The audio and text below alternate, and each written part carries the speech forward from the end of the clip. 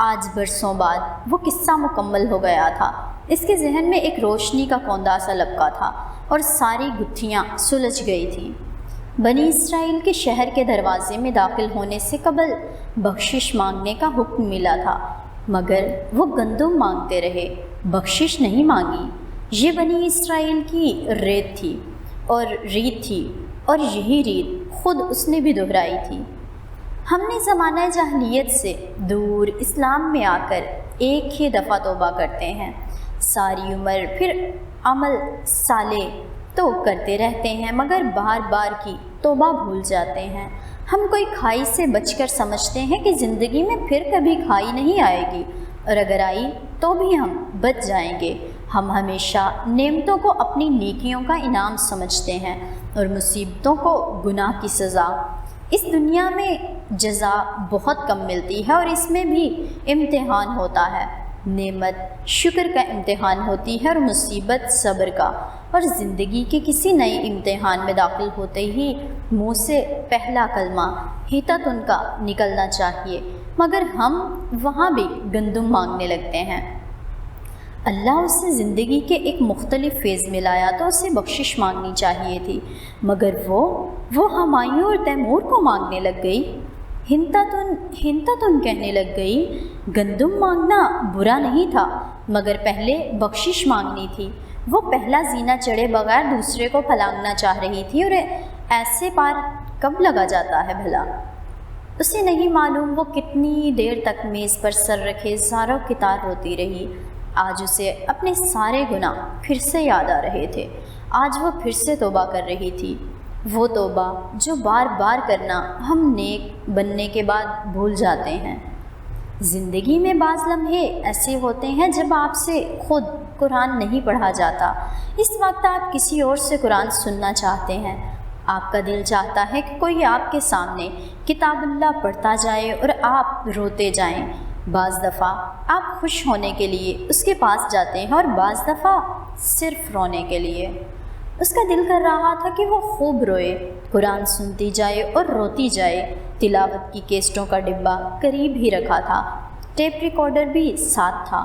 اس نے بنا دیکھے آخر سے کیسٹ نکالی اور بنا دیکھے ہی ڈال دی۔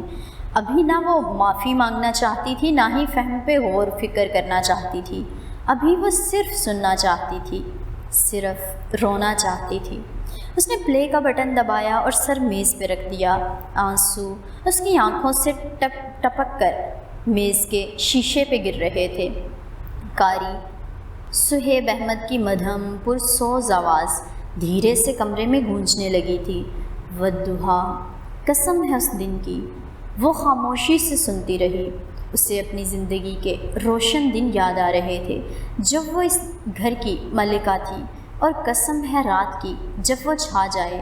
اس کو وہ سناٹے بھری رات یاد آئی جب ہمایوں نے اسے طلاق دی تھی، وہ رات جب وہ یہیں بیٹھی چھت کو دیکھتی رہی تھی۔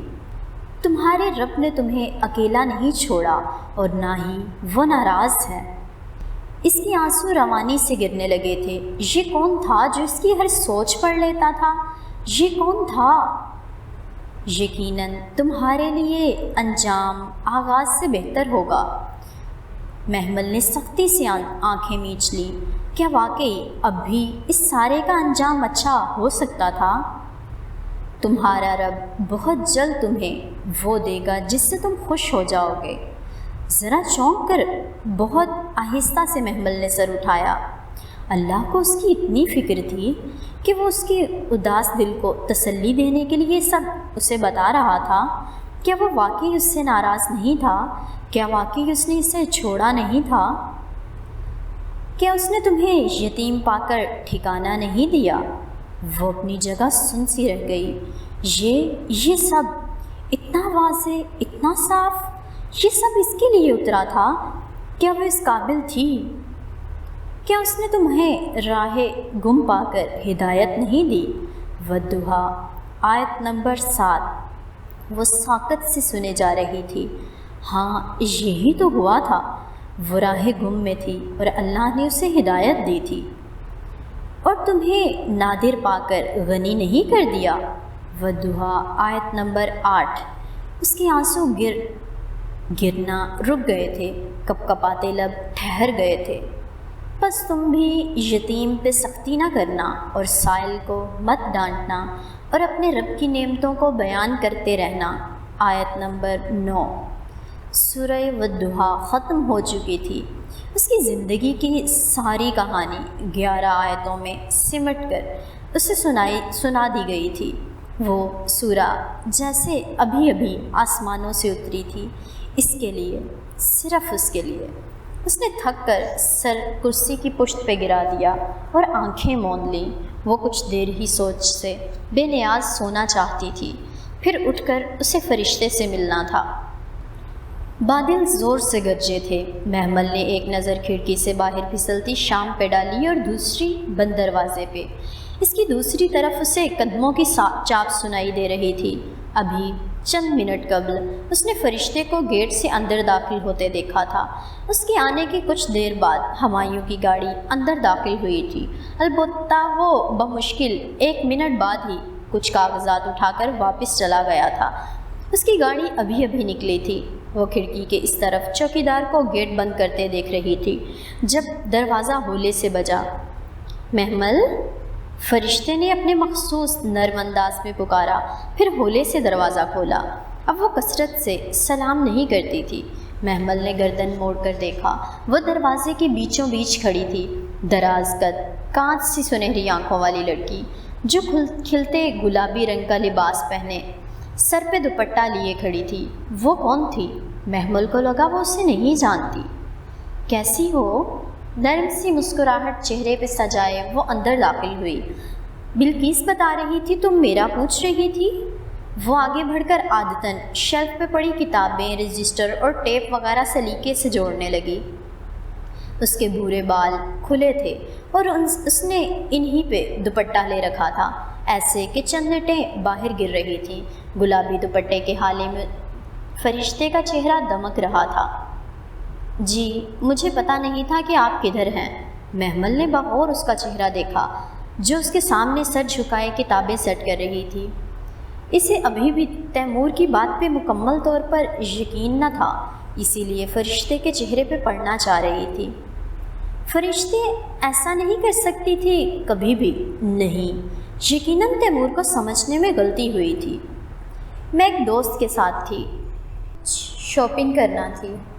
بے حد رسان سے بتا کر اس نے رجسٹر ایک دوسرے کے اوپر رکھے۔ نہ اس نے جھوٹ بولا نہ سچ بتایا۔ اس کا یقین ڈگمگانے لگا۔ آپ نے آگے کیا سوچا ہے فرشتے؟ میرے جانے کے بعد آپ کیا کریں گی؟ ابھی پلان کروں گی، دیکھو کیا ہوتا ہے۔ وہ گلدان میں رکھے گلدستے سے سوکھے پھول احتیاط سے نکال رہی تھی۔ اس کے جواب مبہم تھے، نہ سچ نہ جھوٹ۔ محمل کا یقین ایک بار پھر سے ڈگمگایا۔ اور تم سارا دن کیا کرتی رہیں؟ اس نے چرمرائے سوکھے پھول ڈسٹ بین میں ڈالے۔ کچھ خاص نہیں۔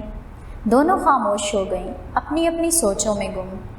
اب محمل کے پاس حقیقت جاننے کا ایک ہی طریقہ تھا اور اس نے اسے استعمال کرنے کا ارادہ کیا۔ فرشتے، وہ جسم کس کی کرسی پہ ڈالا گیا تھا؟ کون سا جسم؟ فرشتے نے پلٹ کر اسے دیکھا۔ پلٹنے سے اس کا دوپٹہ، سرکنے سے بھورے بال جھلکنے لگے تھے۔ قرآن میں ایک جگہ ایک جسم کا ذکر ہے فرشتے، جو کسی کی کرسی پہ ڈالا گیا تھا۔ آپ کو یاد ہے وہ کس کا جسم تھا؟ اس کا انداز یوں تھا جیسے وہ بھول گئی ہو۔ فرشتے نے الجھ کر چند لمحے سوچا، پھر نفی میں سر ہلا دیا۔ نہیں، مجھے یاد نہیں آ رہا۔ اور محمل کو سارے جواب مل گئے تھے۔ فرشتے، قرآن بھول گئی تھی۔ اگر وہ اسے پڑھتی رہتی تو اسے یاد رہتا، لیکن وہ اسے پڑھنا چھوڑ چکی تھی، اور قرآن تو چند دن کے لیے بھی چھوڑ دیا جائے تو وہ فوراً ذہنوں سے مکمل طور پر محو ہو جاتا ہے۔ یہ کتاب اللہ کی سنت تھی اور کبھی یہ تبدیل نہیں ہوگی۔ اس نے گہری سانس لی۔ وہ سلیمان علیہ السلام کی کرسی تھی جس پہ ایک جسم ڈال دیا گیا تھا۔ او اچھا، فرشتے نے میز پہ گرے پانی کے قطرے ٹشو سے صاف کرتے ہوئے کہا۔ کیوں کیا آپ نے ایسا فرشتے؟ محمل بہت دکھ سے بولی تھی۔ اب وقت آ گیا تھا کہ وہ چوہے بلی کا کھیل بند کرتے۔ کیا؟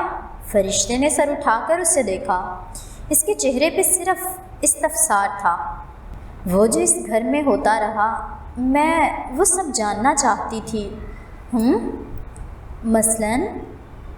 فرشتے نے ابرو اٹھائی۔ اس کے چہرے پہ وہی نرم سا تاثر تھا۔ سب کچھ فرشتے، سب کچھ؟ کس بارے میں؟ میں اور میرے اور ہمایوں کی شادی کے بارے میں؟ اس کے انداز میں ندامت تھی، نہ پکڑے جانے کا خوف۔ وہ بہت آرام سے پوچھ رہی تھی۔ سب کچھ، محمل نے آہستہ سے دہرایا۔ جب ہمایوں کراچی سے آیا تو اس نے مجھے پرپوز کیا۔ وہ تمہارے ساتھ رہنا نہیں چاہتا تھا، مگر طلاق سے قبل وہ مجھ سے شادی بھی نہیں کر سکتا تھا۔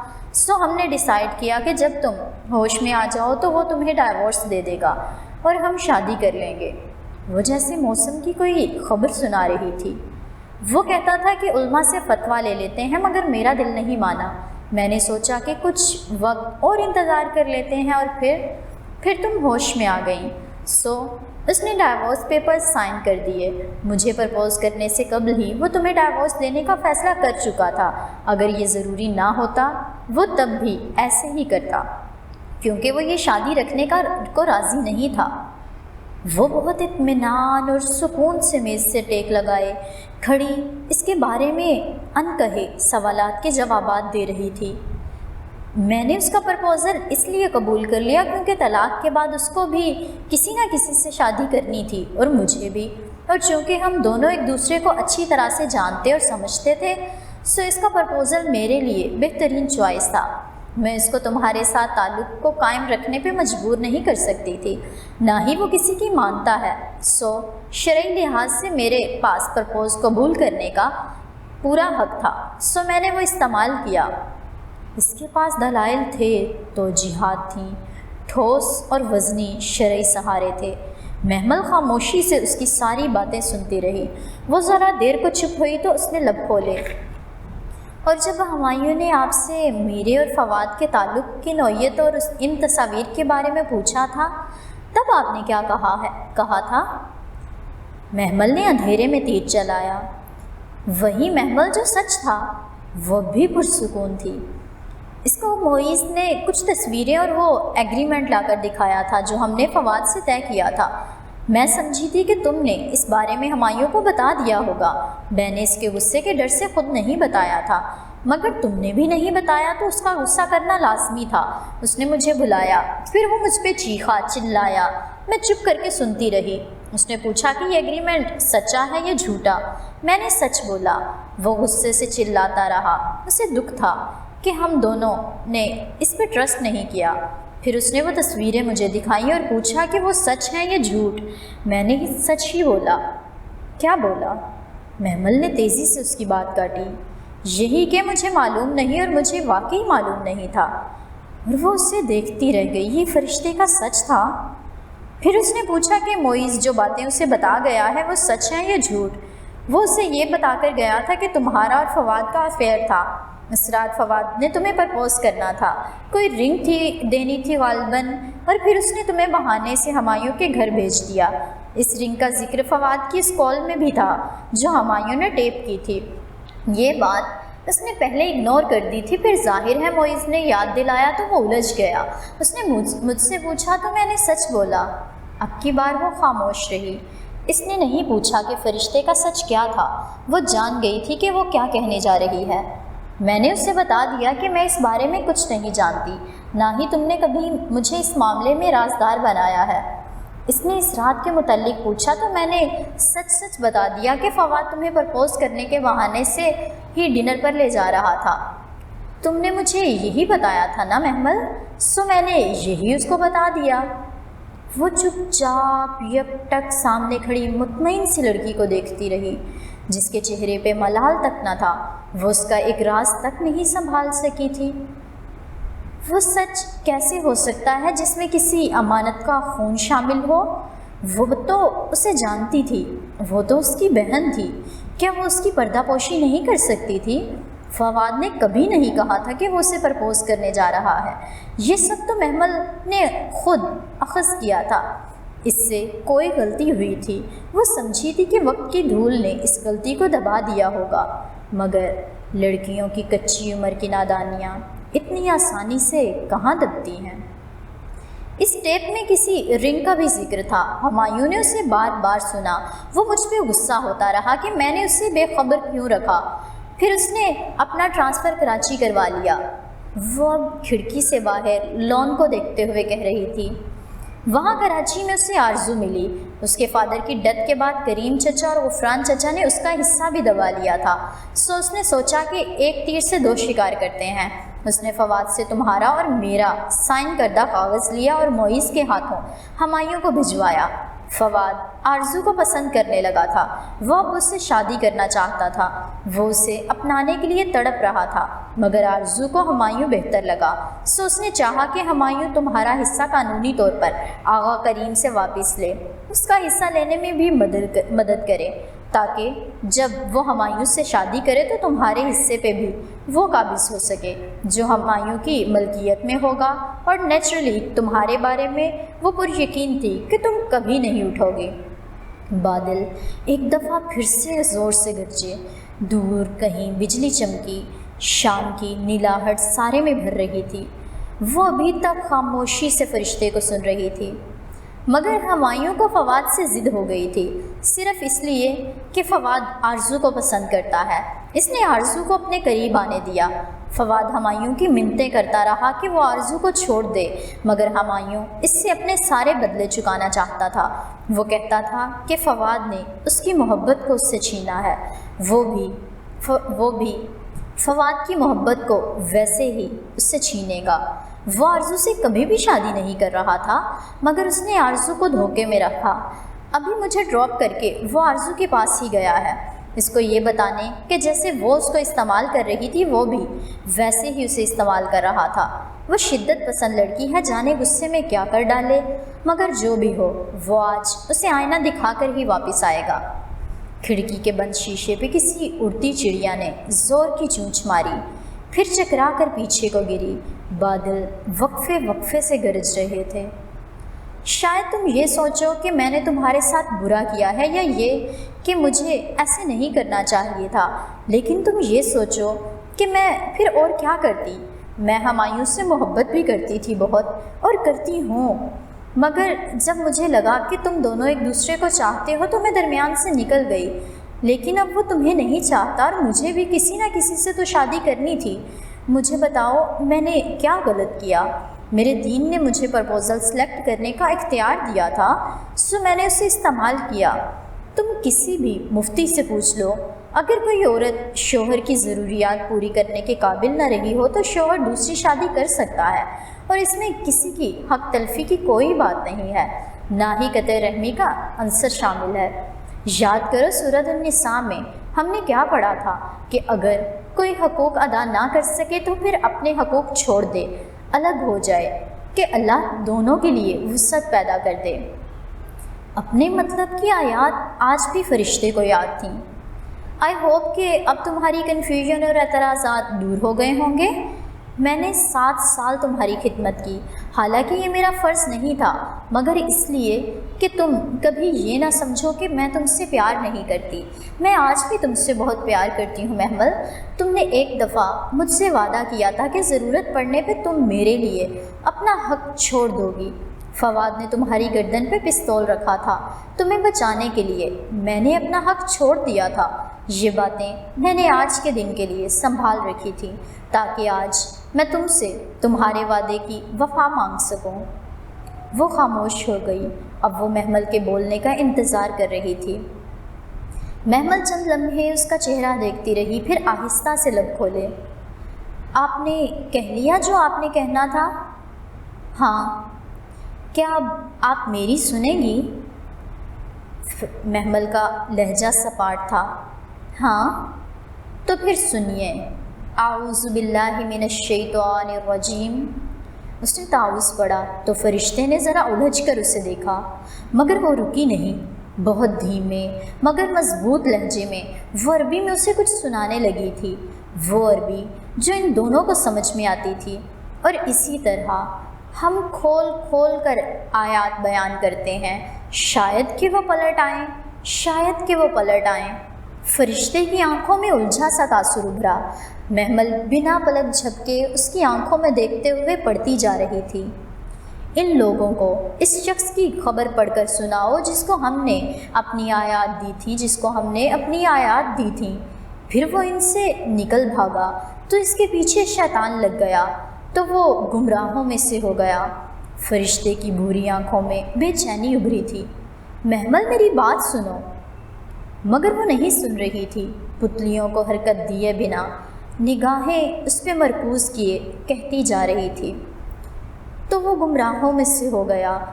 محمل کی آواز بلند ہو رہی تھی، اور اگر ہم چاہتے تو اسے انہی آیات کے ساتھ بلندی عطا کرتے، لیکن وہ زمین کی طرف جھک گیا۔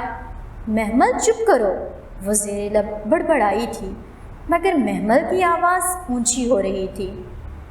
لیکن وہ زمین کی طرف جھک گیا اور اس نے اپنی خواہشات کی پیروی کی، تو اس کی مثال کتے جیسی ہے، تو اس کی مثال کتے جیسی ہے۔ اگر تم اس پہ حملہ کرو تو وہ زبان باہر نکالتا ہے، یا تم اس کو چھوڑ دو تو بھی وہ زبان باہر نکالتا ہے۔ خاموش ہو جاؤ، خدا کے لیے خاموش ہو جاؤ۔ فرشتے نے تڑپ کر محمل کے منہ پہ ہاتھ رکھنا چاہا۔ اس کا دوپٹہ کندھوں سے پھسل گیا تھا، کھلے بال شانوں پہ آ گرے تھے۔ محمل نے سختی سے اس کا ہاتھ جھٹکا۔ اسی مکینکی انداز میں اسے دیکھتی پڑتی جا رہی تھی۔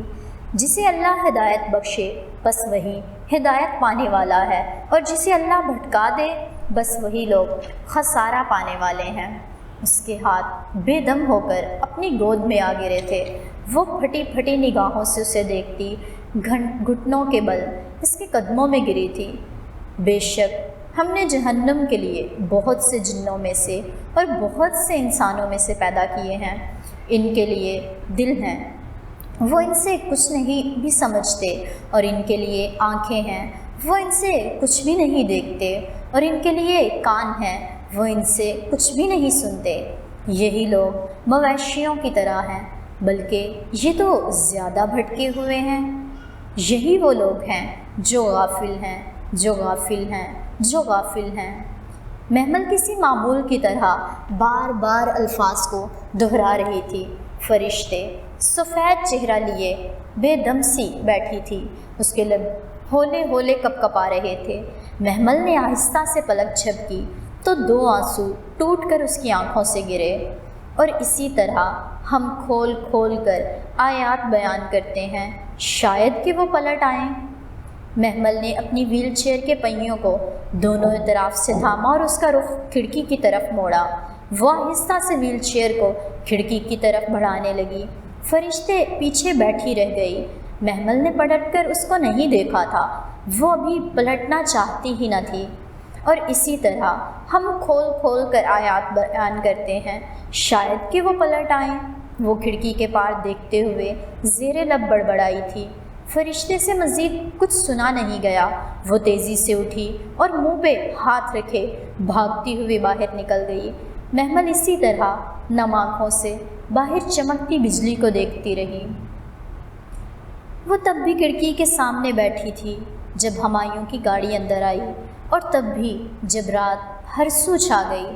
اس کی اس گھر میں آخری رات، اور وہ اسے سکون سے گزارنا چاہتی تھی۔ تب اس نے بلقیس کو بلوایا، جس نے اسے بستر پہ لیٹنے میں مدد دی۔ پھر وہ آنکھوں پہ بازو رکھے کب گہری نیند میں چلی گئی اسے پتہ ہی نہ چلا۔ اس کے ذہن میں اندھیرا تھا، گھپت اندھیرا۔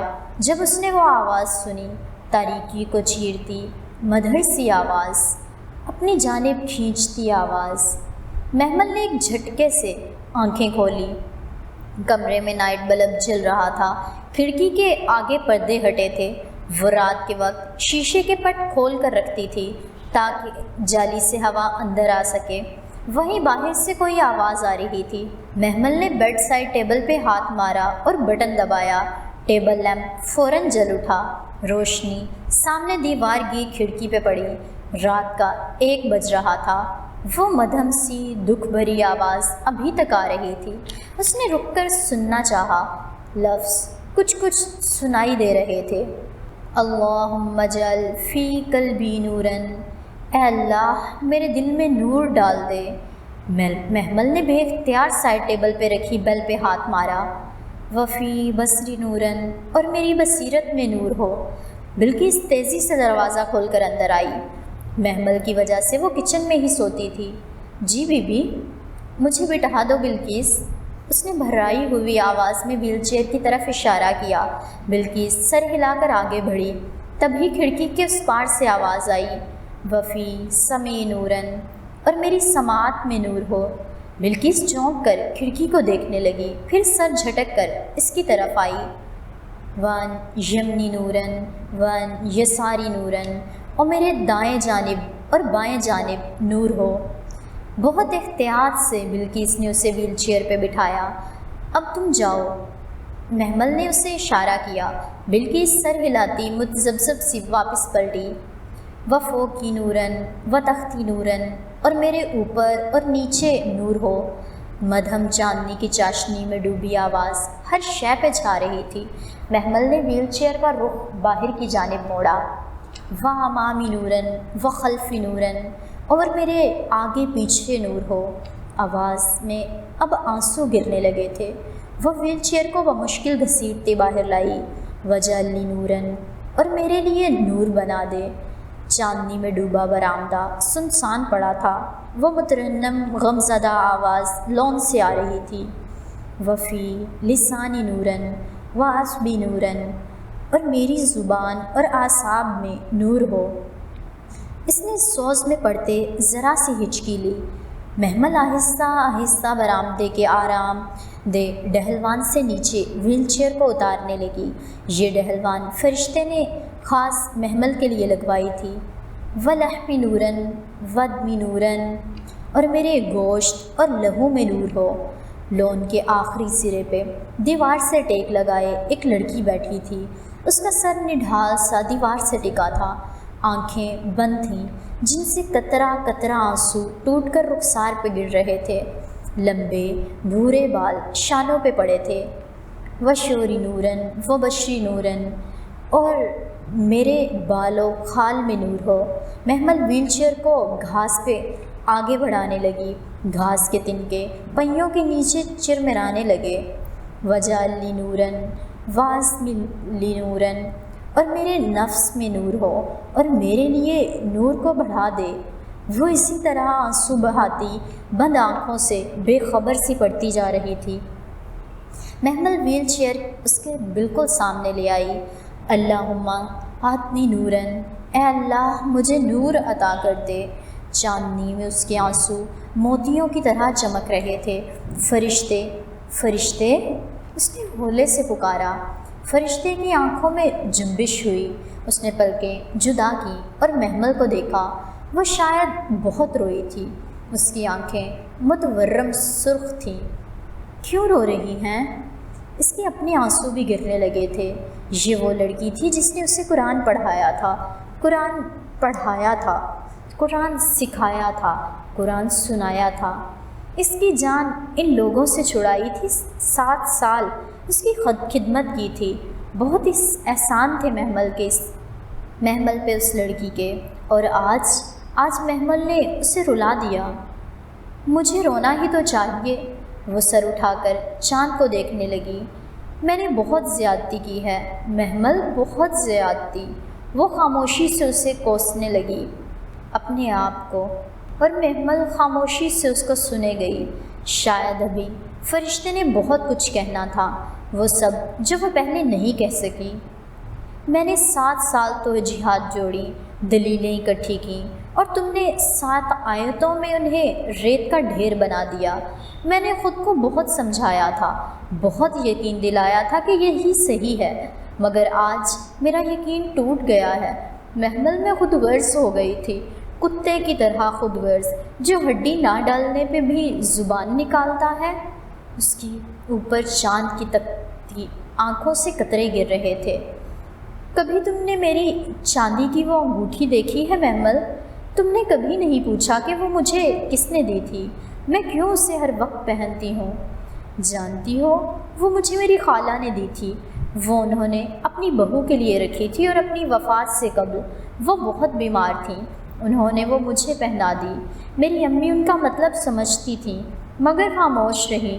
وہ وقت آنے پہ ہمایوں سے بات کرنا چاہتی تھی مگر وقت نہیں آیا، آ ہی نہیں سکا۔ امی فوت ہوئیں تو میں چپ چاپ مسجد چلی گئی۔ میں برسوں انتظار کرتی رہی کہ ہمایوں کبھی تو اس انگوٹھی کے بارے میں پوچھے گا، مگر اس نے نہیں پوچھا۔ پھر میں نے صبر کر لیا مگر انتظار تو مجھے تھا نا۔ میں نے بچپن سے اپنے نام کے ساتھ اسی کا نام سنا تھا، مجھے اس پہ اپنا ہی حق لگتا تھا۔ اور جب ایک روز ہمایوں نے مجھے کہا کہ مجھے شادی کے بارے میں سوچنا چاہیے تو میں نے اس کو خالہ کی خواہش کے بارے میں بتانے کا سوچا۔ اس رات میں بہت دیر تک مسجد کی چھت پہ بیٹھی رہی تھی اور جب میں فیصلہ نہ کر پائی تو دعائے نور پڑھنے لگی۔ تمہیں پتہ ہے رسول اللہ صلی اللہ تعالیٰ علیہ وآلہ وسلم اس دعا کا ایک حصہ سجدے میں پڑھا کرتے تھے اور یہ دعا قرآن سمجھنے میں مدد دیتی ہے۔ میں جب بھی فیصلہ نہ کر پاتی اس دعا کو پڑھتی۔ اس رات کو بھی میں پڑھ کر ہٹی ہی تھی کہ تم ہماری چھت پہ آئیں اور پھر تم ہماری زندگی میں بھی آ گئیں۔ میں نے آج تک تمہارے لیے جو بھی کیا وہ اللہ کے لیے کیا تھا۔ مجھے یاد بھی نہیں کہ میں نے کیا کیا تھا۔ پھر جب میں نے ہمایوں کو تمہارے لیے مسکراتے دیکھا اور اس کے لیے تمہاری آنکھوں کو چمکتے دیکھا تو میں نے سوچا کہ تمہیں آگاہ کر دوں۔ اور تمہیں یاد ہے ہو تو جب ہسپتال میں تم ہمایوں کو دیکھنے آئی تھی تو میں تمہیں بتانے ہی والی تھی مگر تم نے نہیں سنا۔ تب میں نے فیصلہ کر لیا کہ میں پیچھے ہٹ جاؤں گی، قربانی دے دوں گی۔ تم میرا جینا اور میرا مرنا اور میری نماز اور میری قربانی صرف اللہ کے لیے تھی۔ میں نے ہر چیز بہت خلوص بہت دل سے کی تھی۔ خود تمہاری شادی کروائی اور اپنے تئیں میں مطمئن تھی، لیکن جب تمہارا ایکسیڈنٹ ہوا اور میں پاکستان واپس آئی تو مجھے پہلی دفعہ لگا کہ شاید تم زندہ نہ رہ سکو اور ہمایوں میرا نصیب، اور اس سے آگے میں سوچنے سے بھی ڈرنے لگی تھی۔ سو واپس چلی گئی مگر ہمایوں جب بھی کال کرتا اور تمہاری مایوس کن حالت کی خبر دیتا تو مجھے لگتا شاید یہی تقدیر ہے، شاید تم ہمیں چھوڑ جاؤ تب ہمایوں میرے پاس واپس آ جائے۔ مجھے لگا میری قربانی قبول ہو گئی ہے اور اس کا انعام مجھے دیا جانے لگا ہے۔ مجھے بھول گیا میرے پاس جو بھی تھا، مجھے بھول گیا کہ وہ قربانی تو اللہ کے لیے تھی، اللہ کو پانے کے لیے تھی، دنیا کے لیے یا ہمایوں کے لیے تو نہیں تھی۔ مگر تمہاری طرف سے ہم اتنے مایوس ہو گئے تھے کہ آہستہ آہستہ مجھے سب بھولتا گیا۔ میں ہر نماز میں ہر روز تلاوت کے بعد ہمایوں کو خدا سے مانگنے لگی۔ میں آہستہ آہستہ زمین کی طرف جھکنے لگی تو میرے ساتھ شیطان لگ گیا۔ اس کی اٹھی لمبی گردن پہ آنکھوں سے نکلتے آنسو پھسل رہے تھے۔ اس کی نگاہیں ابھی بھی اوپر چاند پہ ٹکی تھیں، شاید فرشتے ابھی محمل کو نہیں دیکھنا چاہتی تھی۔ جب وہ دوبارہ واپس آیا تو میں اپنی زمین کی طرف جھکی ہوئی آئی، اس امید پہ واپس آئی تھی کہ تمہاری خدمت کرنے آئی ہوں، کہ شاید یہی دیکھ کر ہمایوں کا دل میری طرف کھینچا چلا آئے۔ میری اس انتھک خدمت میں ریا شامل ہو گئی۔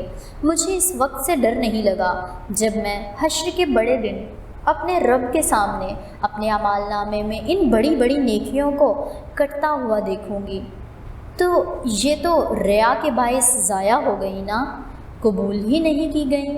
مجھے ڈر نہیں لگا، میں ریاکاری کرتی گئی مگر یقین کرو قرآن مجھ سے نہیں چھوٹا۔ میں تب بھی روز اسے پڑھتی تھی مگر میرا جینا، مرنا، نماز اور قربانی صرف ہمایوں کے لیے ہو گئی۔ یکدم بادل زور سے گرجے اور اگلے ہی لمحے بارش کے ٹپ ٹپ گرتے قطرے نظر آنے لگے۔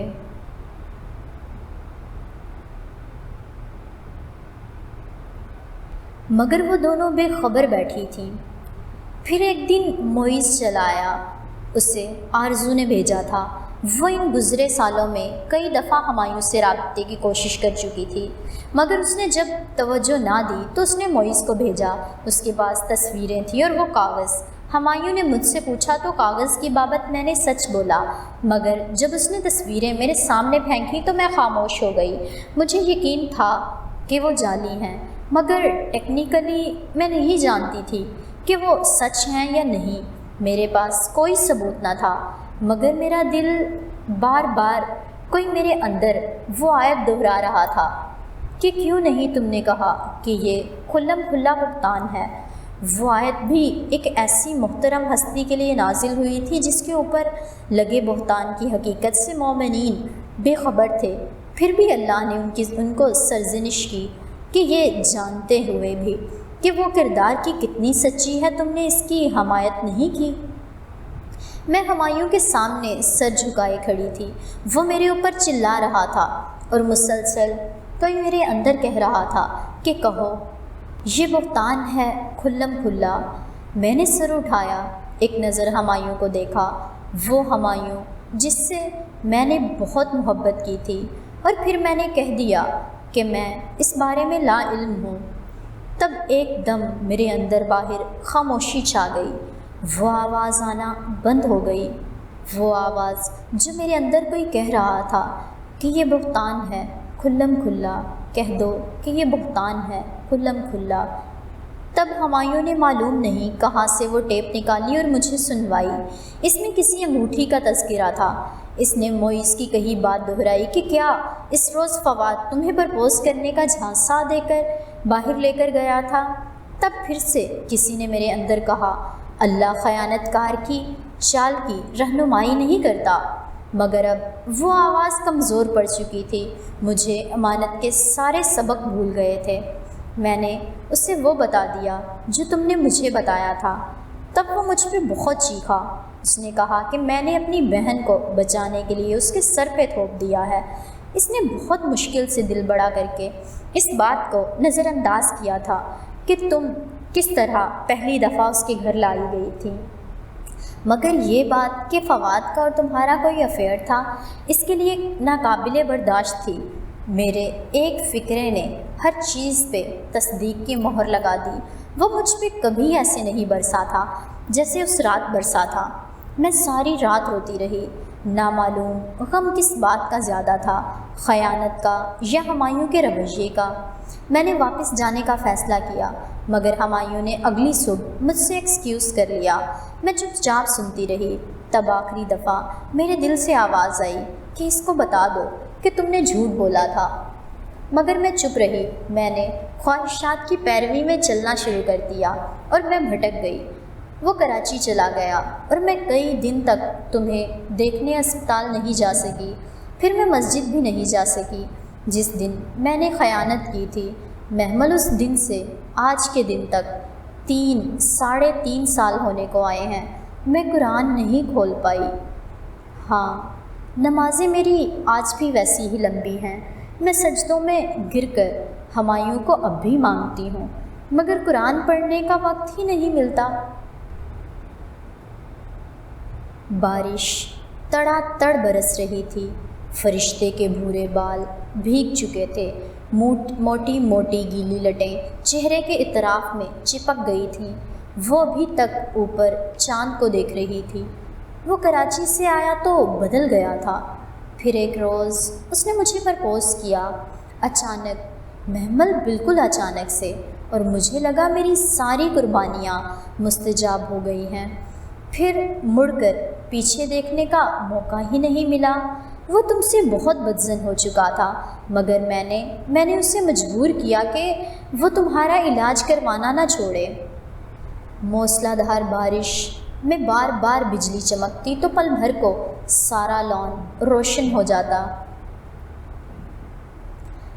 فواد نے کئی دفعہ فون کر کے تمہارا پوچھنا چاہا، میں نے اسے کبھی کچھ نہیں بتایا، بس اس کی بات سن کر کچھ کہے بنا ہی بند کر دیتی۔ وہ بہت بدل گیا ہے، بہت زیادہ بدل گیا ہے محمل۔ مجھے لگتا تھا کہ اگر ایک دفعہ اس سارے کھیل کا علم ہو گیا اسے تو وہ ہمایوں کے پاس آ کر اسے سب بتا دے گا۔ مشکل ہی تھا کہ ہمایوں اس کا یقین کرے، مگر اس ڈر سے میں نے اسے کبھی کچھ پتہ نہیں لگنے دیا، کبھی فواد کو کچھ پتہ نہیں لگنے دیا۔ مجھے ہمایوں نہیں چاہیے فرشتے، محمل روتے ہوئے بولی تھی۔ مجھے اپنی بہن چاہیے۔ مجھے بھی ہمایوں نہیں چاہیے، مجھے بھی اپنی بہن چاہیے۔ فرشتے نے بھیگی آنکھوں کا رخ پہلی دفعہ محمل کے چہرے کی طرف کیا۔ محمل نے اس کے گھٹنوں پہ رکھے ہاتھ پکڑ لیے۔ ان میں آج چاندی کی وہ انگوٹھی نہیں تھی۔ بارش زور سے ان دونوں پہ برس رہی تھی۔ میں نے فواد کو فون کر دیا ہے، وہ پہنچنے والا ہوگا۔ وہ خاصا سمجھدار بندہ ہے، ایسے ثبوت لائے گا کہ ہمایوں اسے جھٹلا نہ سکے گا۔ وہ ابھی آ کر ہمایوں کو سب کچھ بتا دے گا۔ ابھی کل دوپہر میں خاصا وقت ہے، تمہاری عدت ختم نہیں ہوئی۔ میں جانتی ہوں کہ وہ حقیقت جان کر رہ نہیں سکے گا اور تمہیں واپس اپنائے گا۔ آؤ اندر چلتے ہیں۔ فرشتے نے اپنے ہاتھ اس کے ہاتھوں سے نکالے، اٹھی اور پھر ویل چیئر کی پشت تھام لی۔ بس مجھ پہ ایک احسان کرنا، ہمایوں کو مت بتانا کہ میں نے خیانت کی۔ میں اس کی نظروں سے گرنا نہیں چاہتی۔ بظاہر میں نے جھوٹ نہیں بولا، مگر مجھے تمہارا راز نہیں کھولنا چاہیے تھا۔ میں اس سے کہہ دوں گی کہ مجھے غلط فہمی ہوئی تھی۔ میں فواد کے سامنے تمہاری تائید کروں گی، مگر تم میری عزت رکھ لینا۔ وہ جانتا ہے کہ فرشتے جھوٹ نہیں بولتی، خیانت نہیں کرتی۔ اس نے ان تصویروں پہ نہیں، مجھ پہ یقین کر کے تمہیں طلاق دی تھی۔ تم میری عزت رکھ لینا۔ وہ اس کی ویل چیئر دھکیلتی آہستہ آہستہ بے خود سی کہہ رہی تھی۔ محمل نے سر جھکا لیا۔ محمل فرشتے کو نہیں بتا سکی کہ آج وہ پھر زمین کی طرف ہی جھک رہی ہے۔ وہ پھر سے اللہ کی نہیں، ہمایوں کی ناراضگی سے جھک رہی ہے، مگر اسے پتہ نہیں ہے۔ تم ہمایوں کو واپس لے لو محمل، وہ تمہارا ہے، اسے تمہارا ہی رہنا چاہیے۔ وہ اسے اس کے کمرے میں چھوڑ کر پلٹ گئی تھی۔ کمرے میں اسی طرح نیم اندھیرا تھا، کھڑکی کے پردے ہٹے تھے، ٹیبل لیمپ ابھی تک جل رہا تھا۔ وہ خود کو گھسیٹتی آگے بڑھی اور لیمپ کا بٹن بجھایا۔ ایک دم کمرے میں اندھیرا پھیل گیا، بس کھڑکی کے پار بارش کے قطرے دکھائی دے رہے تھے۔ وہ وہیں کھڑکی کے سامنے بیٹھی برستی بارش کو دیکھے گئی۔ وہ انسان جس سے سب سے زیادہ محبت کرتا ہے، اللہ اسے اسی کے ہاتھوں سے توڑتا ہے۔ انسان کو اس ٹوٹے ہوئے برتن کی طرح ہونا چاہیے جس سے لوگوں کی محبت آئے اور باہر نکل جائے۔ اللہ نے اسے انہی لوگوں کے ہاتھوں توڑا تھا جن سے وہ سب سے زیادہ محبت کرتی تھی، ہمایوں، فرشتے اور تیمور۔ تبھی گاڑی کا ہارن سنائی دیا۔ وہ خاموشی سے دیکھتی رہی۔ وہ گاڑی بار بار ہارن بجا رہی تھی۔ تب اس نے برستی بارش میں ہمایوں کو گیٹ کی طرف جاتے دیکھا۔ اس نے گیٹ کھولا تو ایک گاڑی زن سے اندر داخل ہوئی۔ ڈرائیونگ سیٹ کا دروازہ کھول کر وہ تیزی سے باہر نکلا تھا۔ ہاں، وہ فواد ہی تھا۔ محمل پہچان گئی تھی، وہ ویسا ہی تھا، بس آنکھوں پہ فریم لیس گلاسز تھے اور بالوں کا کٹ زیادہ چھوٹا تھا۔ کیا ہمایوں اس کی بات سن لے گا؟ کبھی بھی نہیں۔ تبھی فواد نے لپک کر فرنٹ سیٹ کا دروازہ کھولا اور کسی کو بازو سے کھینچ کر باہر نکالا۔ محمل دھک سے رہ گئی۔ وہ معیز تھا، پتلا لمبا نوجوان جس کی قمیض بھیگ رہی تھی۔ فواد اس کو پکڑ کر ہمایوں کے سامنے لایا جو قدرے چونکا ہوا کھڑا تھا۔ برستی بارش کا شور بہت تیز تھا، ان کی باتوں کی آواز نہیں سنائی دے رہی تھی۔ وہ تینوں بارش میں بھیگتے کھڑے تھے۔ فواد زور زور سے کچھ کہہ رہا تھا، ہمایوں سینے پہ ہاتھ باندھے صرف خاموشی سے سن رہا تھا۔ اس کی محمل کی طرف پشت تھی، وہ اس کے چہرے کے تاثرات نہیں دیکھ سکتی تھی۔ اور تب اس نے معیز کو ہاتھ جوڑے دیکھا۔ شاید اس کے چہرے پہ بارش کے قطرے تھے، یا شاید وہ رو رہا تھا۔ روتے ہوئے وہ کچھ کہتے ہوئے وہ ہمایوں سے معافی بھی مانگ رہا تھا۔ اور تب اس نے فرشتے کو باہر آتے دیکھا، وہ بھی کچھ کہہ رہی تھی۔ محمل نے ہاتھ بڑھا کر پردہ برابر کر دیا۔ وہ اس منظر کو اب مزید نہیں دیکھنا چاہتی تھی۔ کتنی ہی دیر بعد اس نے فرشتے کی آواز سنی۔ وہ فواد اور معیز کو محمل کے کمرے میں لا رہی تھی۔ اس کے کمرے کا دروازہ کھلا۔ محمل کی اس طرف پشت تھی۔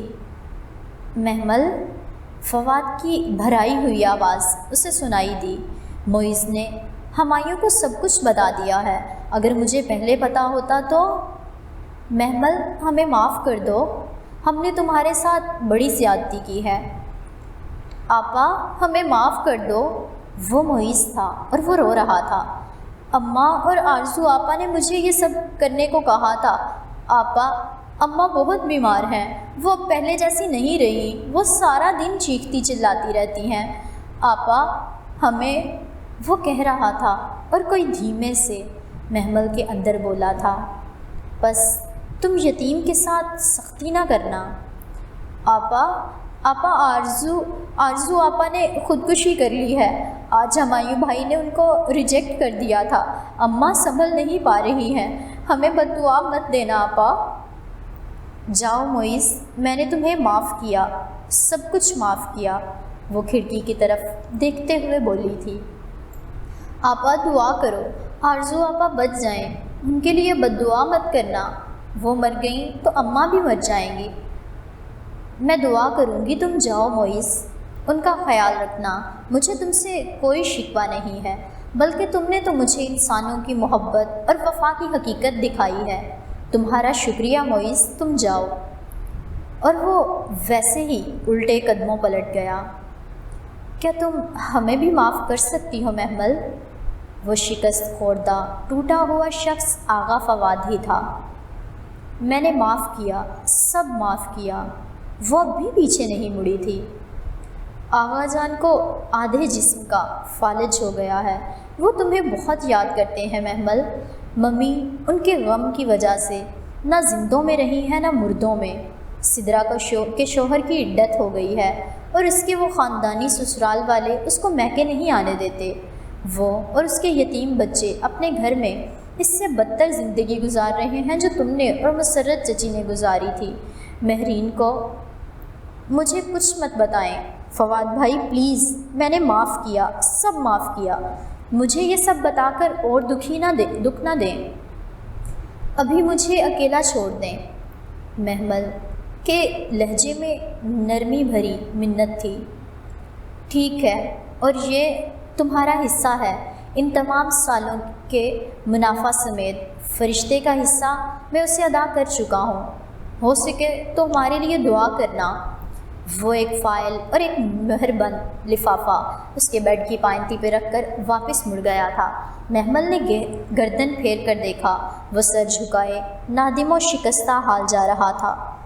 وہ ہمیشہ سوچتی تھی کہ آغا فواد کا انجام کیا ہوا، مگر یہ دنیا انجام کی جگہ تھوڑی ہے، یہ تو امتحان کی جگہ ہے، اپنے گناہ نظر آنا بھی ایک امتحان ہے، اصل فیصلہ تو روزے حساب ہی ہوگا۔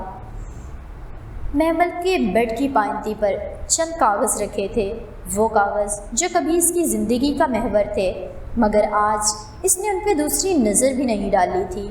انہی کاغذوں کے لیے اس نے فواد کا جھانسا قبول کیا تھا، آج فواد نے اسے خود لا دیے تھے، مگر کتنی بھاری قیمت تھی اس غلطی کی جو اسے چکانی پڑی تھی۔ کچی عمر کے کچے سوتے۔ بارش دھیمی ہو چکی تھی، کھڑکی کی جالیاں گیلی ہو چکی تھیں، ان سے مٹی کی سوندھی خوشبو آ رہی تھی۔ بہت دیر تک وہ وہیں بیٹھی خوشبو سونگھتی رہی، اسے لاشعوری طور پر ہمایوں کا انتظار تھا۔ وہ جانتی تھی کہ اب وہ اس کے کمرے میں ضرور آئے گا۔ کافی لمحے بیت گئے تو اس نے چوکھٹ پر آہٹ سنی، وہ آہستہ سے مڑی۔ ہمایوں تھکا ہارا سا دروازے پہ کھڑا تھا۔ یہ وہ دروازہ تھا جو اس نے محمل کی موجودگی میں کبھی پار نہیں کیا تھا، یہ وہ چوکھٹ تھی جس پہ وہ کبھی سوالی بن کر نہیں آیا تھا، مگر آج وہ آیا تھا۔ اس کے تھکے تھکے ٹوٹے قدم آہستہ آہستہ اندر داخل ہوئے تھے۔ محمل، ٹوٹی ہوئی آواز میں اس نے پکارا تھا، اور پھر وہ پورے قد سے گھٹنوں کے بل اس کے قدموں میں آن گرا تھا۔ مجھے معاف کر دو محمل۔ اس کی آنکھیں سرخ تھیں اور چہرے پہ صدیوں کی تھکان تھی۔ مجھے معاف کر دو، میں بہت دور چلا گیا تھا۔ اس نے تعصب سے ہمایوں کو دیکھا۔ پہلے بھی وہ اس کا سب کچھ چھین کر لے گئے تھے، آج بھی وہ مانگ ہی رہے تھے، مانگنے ہی تو آئے تھے، چاہے وہ معافی تھی۔ ہر ایک کو اپنے ضمیر کے بوجھ سے نجات چاہیے تھی، محمل ابراہیم تو کہیں بھی نہیں تھی۔ میں نے صرف فرشتے کی بات پر، اور آج وہ کہہ رہی ہے کہ تم نے اس سے صرف ایک مسئلہ پوچھا تھا۔ اس نے خود غلط اخذ کیا، میں نے صرف فرشتے کی وجہ سے۔ کیا آپ نے پہلے زندگی کے سارے فیصلے فرشتے کے دماغ سے کیے تھے ASP صاحب؟ وہ سپاٹ لہجے میں بولی تھی۔ آپ چھوٹے بچے تھے جو یہ نہیں جانتے تھے کہ میرے رشتہ دار میرے کھلے دشمن ہیں۔ آپ ان پڑھ جاہل تھے جو یہ نہیں سمجھتے تھے کہ یہ ایسی تصویریں تو ہر گلی محلے میں بن جاتی ہیں۔ محمل یقین کرو، میں 1 منٹ ASP صاحب، میں نے کئی مہینے صرف آپ کی سنی ہے، آج آپ میری سنیں گے۔ آپ کہتے ہیں کہ آپ نے فرشتے کے کہے پہ یقین کر لیا۔ آج میں آپ سے پوچھتی ہوں کہ آپ نے فرشتے سے پوچھا ہی کیوں؟ آپ میری طرف سے اتنے بدگمان تھے کہ آپ کو دوسروں سے پوچھنا پڑا؟ کیوں نہیں آپ نے وہ تصاویر موئس کے منہ پہ دے ماری؟ کیا آپ بہت قابل آفیسر نہیں تھے؟ کیا آپ کو کھرا اور کھوٹا الگ کرنا نہیں آتا تھا؟ کیا آپ آرزو کی خصلت کو نہیں جانتے تھے؟ یا شاید آپ کی دلچسپی ایک بیمار بے ہوش عورت میں ختم ہو چکی تھی؟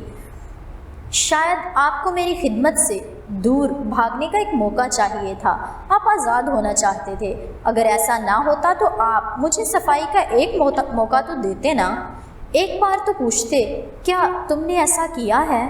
مگر آپ خود بھی مجھ سے تھک گئے تھے۔ آپ نے ایک لمحے کے لیے بھی نہیں سوچا ہمایوں کہ اگر میری جگہ آپ یوں بیمار ہوتے اور میں آپ کے ساتھ یہی کرتی تو آپ کی کیا حالت ہوتی؟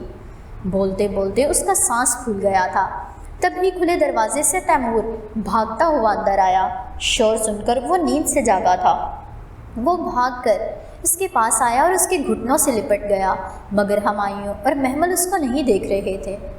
محمل، مجھے معاف کر دو، میں رجوع کرنا چاہتا ہوں، میرے ساتھ چلو۔ ہمایوں نے اس کا ہاتھ تھامنے کے لیے ہاتھ بڑھایا، مگر محمل ایک دم پیچھے کو ہوئی۔ لیکن اب میں ایسا نہیں چاہتی۔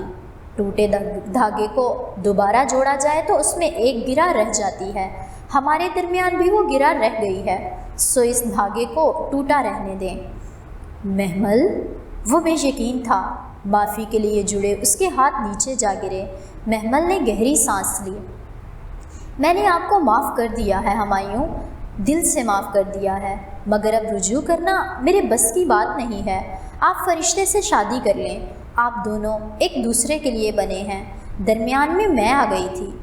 مگر محمل وہ کچھ کہنا چاہ رہا تھا، مگر آج وہ نہیں سن رہی تھی۔ مجھے کسی سہارے کی ضرورت نہیں رہی ہے ہمایوں، میرا بیٹا میرے پاس ہے، فواد نے مجھے میرا حصہ بھی دلا دیا ہے، میں لوگوں کی محتاج نہیں رہی۔ آپ فرشتے سے شادی کر لیں، وہ آپ کا انتظار کر رہی ہے۔ اس نے دروازے کی طرف اشارہ کیا۔ ہمایوں نے گردن موڑ کر دیکھا، فرشتے وہاں کھڑی رو رہی تھی۔ ہمایوں کو گردن موڑتے دیکھ کر وہ منہ پہ ہاتھ رکھے باہر کو بھاگی تھی۔ آپ اس کا اور امتحان نہ لیں، ہمایوں سے شادی کر لیں، میں اور تیمور ایک دوسرے کو بہت ہیں، ہمارا تیسرا اللہ ہے، آپ ہمیں جانے دیں، اب ہمارا ساتھ ناممکن ہے۔ وہ بھیگی آنکھوں سے اسے جاتے دیکھ رہا تھا۔ میں نے تمہاری قدر نہیں کی محمل۔ وہ نفی میں سر ہلاتے ہوئے اٹھا اور شکستہ قدموں سے باہر کی جانب بڑھ گیا۔ دروازہ بند کر جائیے گا۔ اس کے الفاظ پہ وہ ذرا دیر کو رکا، مگر پلٹا نہیں۔ اب شاید وہ پلٹنے کی ہمت خود میں نہیں پاتا تھا۔ بہت آہستہ سے وہ باہر نکلا اور کمرے کا دروازہ بند کیا۔ وہ محمل کی زندگی سے جا چکا تھا۔ 2 آنسو اس کی پلکوں سے ٹوٹے اور گردن پہ لڑک گئے۔ فرشتے کہتی ہے کہ اس نے سنا نہیں جب وہ برسوں پہلے اس کو اسپتال میں کچھ بتانا چاہتی تھی۔ حالانکہ وہ منظر تو محمل کو آج بھی یاد تھا، وہ جو نرس کے پکارنے پہ اٹھی تھی، فرشتے کی ادھوری بات سن کر ہی اٹھی تھی۔ وہ ہمیشہ سے جانتی تھی کہ فرشتے ہمایوں کو پسند کرتی ہے، مگر جب فرشتے نے خود اپنے رویے سے یقین دلایا تو وہ بھی بظاہر خود کو مطمئن کرنے لگی کہ بھلا فرشتے ایسے جذبات کیوں رکھے گی، مگر دور اندر وہ ہمیشہ سے جانتی تھی اگر آرزو کو درمیان میں نہ دیکھا ہوتا تو وہ کبھی اس غلط فہمی کا شکار نہ ہوتی کہ ہمایوں کس سے شادی کر رہا ہے۔ ہاں، وہ جانتی تھی کہ فرشتے کیوں ان کی شادی کے بعد باہر چلی گئی تھی، وہ سب جانتی تھی، یہ بھی کہ اب وہ معذور ہو گئی تھی، ایک بے کشش عورت بن گئی تھی۔ ہمایوں نادم ہو کر پلٹا تو تھا، مگر تھا تو مرد ہی، کب تک اس سے بندھا رہتا، جو کانوں کا اتنا کچا تھا کہ اس فون کال میں ایک انگوٹھی کا ذکر اس کی سمجھ میں آیا، اور اس کی مسلسل فواد بھائی کی تکرار میں بھائی کا لفظ سمجھ میں نہیں آیا۔ وہ کب تک اس کا رہتا؟ ایک نہ ایک دن وہ پھر کسی دوسری عورت کی طرف چلا جاتا، تب بھی وہ اکیلی رہ جاتی، مگر تب وہ شاید برداشت نہ کر پاتی۔ اس میں بار بار ٹوٹنے کا حوصلہ نہیں تھا، سو اس نے ٹوٹا ہوا برتن بننے کا سوچا۔ فرشتے نے اعتراف کیا تھا، معافی نہیں مانگی تھی، ہمایوں نے معافی مانگی تھی مگر اعتراف نہیں کیا تھا، اور وہ دونوں سمجھتے تھے کہ وہ بری ذمہ ہو گئے ہیں۔ خیر، تیمور، اس نے گود میں سر رکھے تیمور کے نرم بھورے بالوں کو پیار سے سہلایا۔ وہ کچی نیند میں تھا۔ تم نے ایک دفعہ مجھ سے پوچھا تھا کہ میں یوسف علیہ السلام کے ذکر پہ اداس کیوں ہو جاتی ہوں، ہے نا؟ جی ماما، وہ نیم غنودہ سا بولا۔ پتہ ہے میں کیوں اداس ہو جاتی ہوں؟ محمل نے اپنے آنسو پونچھے، کیونکہ وہ بہت صبر کرنے والے تھے اور اپنے والد کے بہت پیارے تھے۔ اسے بولتے ہوئے کچھ اور بھی یاد آ رہا تھا، مگر ان کے اپنے بھائیوں نے ان کو ایک اندھے کنویں میں ڈال دیا۔ اس کی آنکھوں کے سامنے کچھ مناظر تیزی سے چل رہے تھے۔ پھر ان کو درہم کے عوض مصر میں بیچا گیا، ان پہ بہتان لگایا گیا، ان کو برسوں قید میں رکھا گیا، اور پھر ایک دن آیا جب وہ اسی مصر کے فنانس منسٹر بنے جس میں کبھی ان کو بیچا گیا تھا۔ ان کو اپنا بچھڑا ہوا بھائی مل گیا، اور وہ جنہوں نے ان پہ تہمتیں لگائی تھیں اور وہ جنہوں نے ان کو ان کے گھر سے بے دخل کیا تھا، وہ ان کے پاس معافی مانگنے آئے، مگر اس ہستی نے کچھ نہیں جتایا، کچھ نہیں گنوایا، سب کو معاف کر دیا۔ میں اس لیے اداس ہوتی ہوں تیمور کہ میں صبر کے اس مقام پہ کبھی نہیں پہنچ سکی۔ کیا تم سن رہے ہو؟ اس نے چند لمحے اس کا جواب کا انتظار کیا اور پھر جھک کر تیمور کے بالوں کو چوما۔ اور یہی یہ سین ہوا ختم، لیکن ہمارا ناول ابھی تک ختم نہیں ہوا، ایک ایپیسوڈ ابھی بھی باقی ہے۔ یہ جاننے کے لیے کہ کیا اس ایپیسوڈ میں کچھ بدلتا ہے، آپ کو یقیناً انتظار رہے گا اگلے ایپیسوڈ کا۔ ملیں گے آخری ایپیسوڈ کے ساتھ، تب تک کے لیے دعاؤں میں یاد رکھیں۔ اللہ حافظ۔